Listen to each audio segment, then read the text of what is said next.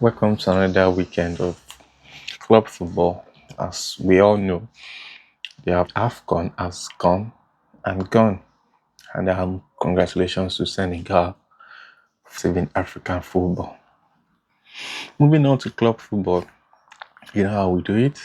I am your humble host, Lee of N5, and we review scores coming in throughout the weekend.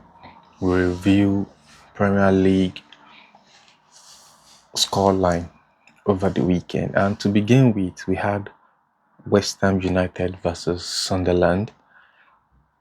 Well, West Ham, against all odds, came out victorious with a 3-1 win over Sunderland. I didn't see this coming because the form Sunderland are, I wasn't expecting West Ham to turn up. Well, they did put in a great shift. Somerville, Bowen, and Fernandez getting on the score sheet, while Bromby, as usual, getting on the score sheet as well. We also have Burnley Tottenham. It is still the same story for Tottenham because their current form it's not speaking well because they haven't been able to win loss of game in their last 5 games, including the Burnley. They lost 3 games, they won 1, and they drew Burnley. I believe Burnley is a team everyone should be pushing aside, but regardless, this is why we call it the Premier League. You win some, you lose some, but a team like Tottenham drew to Burnley just to show you how backwards they are. They are currently 14th on the log, which speaks a lot about their form. So I am not surprised they are drawing to a Burnley, but I'm just kind of skeptical because, as we know, Tottenham is one of the, I would say, traditional 10 in the Premier League. When you mention 10 teams in the Premier League this era, Tottenham should be among these 10 teams. But look at where they're finding themselves now, 14th position. It's a good point. If you ask me, it's a good point for Burnley. Fulham, Brighton. Fulham last 5 games include 3 wins, 1 draw, and 1 loss. While Brighton's last 5 games include 2 draws, 2 wins, and 1 loss. Well, it's still a kind of mixed result for both teams, but regardless, it's a good point for Fulham, and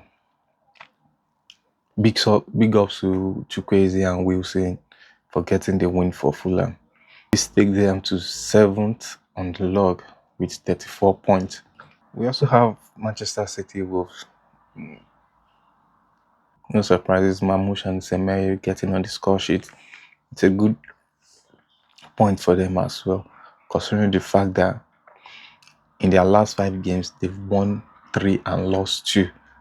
That's for City, while Wolves, in their last 5 games, they've won 2, drawn 2, and lost 1. So it's a very massive point for Manchester City as they are mounting the pressure on Arsenal. So a good game, a good point for Manchester City. Mamouche and Semedo getting on the score sheet, while we also have Bournemouth, Liverpool.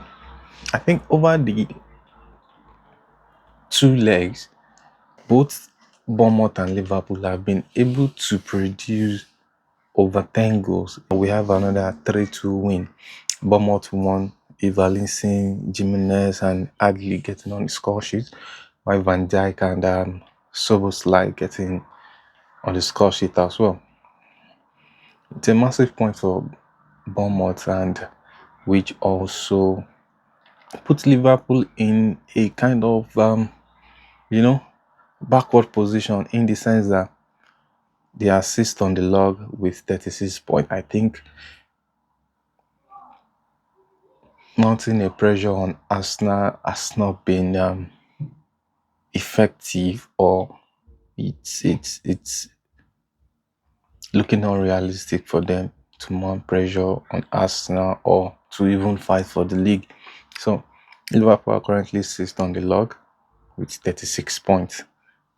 The way they are moving now, I doubt if they'll be getting a Champions League football next season.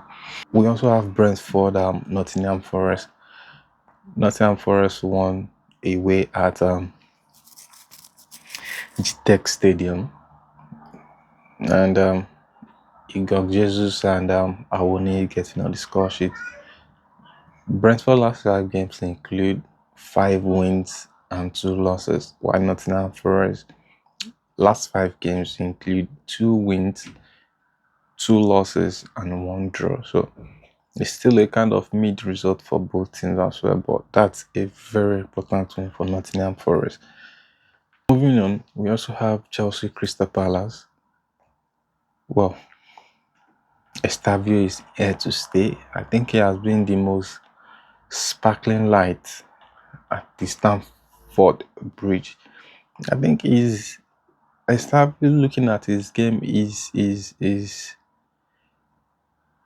a gem you would not want to, you will always want to have. I think this kind of play always kind of it's always excites me, even though I'm an Arsenal fan. But when you see a quality player, when you see players of his caliber, the way they play, the way they carry the ball, you always feel excited. Considering we lack that as an Arsenal fan, as an Arsenal supporter for a very long time, we have that kind of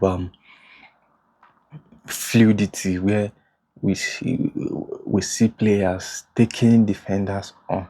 Oh, well, it's a good point, a massive 3 point for Chelsea. Estavio, Pedro, and Fernandez getting on the score sheet, while Richards got 1 for Crystal Palace.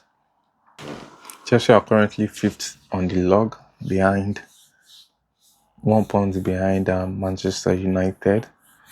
So the battle for Champions League football, it's currently live. So we still have a few more games to go before the end of the season, and this is football. Anything can happen, and we shouldn't be ruling anyone out. Newcastle versus Aston Villa. I think Aston Villa's form in the last 5 games comes with 3 wins, 1 loss, and 1 draw. While Newcastle's last 5 games include 2 wins, 2 losses, and 1 draw. So I believe Aston Villa are somewhat kind of in form, because if you're able to win 3 from 5, lost 1, and draw 1, I think it's still a fair start to me, a fair form to me. So yeah, Aston Villa, quote and unquote, they are trying to mount more pressure on Arsenal, and hopefully we do not succumb to the pressure this time around. And it's a good point for Aston Villa, considering going to St James Park and getting a clean sheet and 3 points. It's a massive one for Aston Villa. And second to the last game of the week, we have Arsenal losing to an intern coach. Well, I think if you ask me, teams have they somewhat kind of find it easy playing Arsenal, in the sense that everyone knows Arsenal wants to dominate possession. They want to use the ball more front, and I someone kind of think teams intentionally just want to lay on a low block and eat us on the counter. This is so because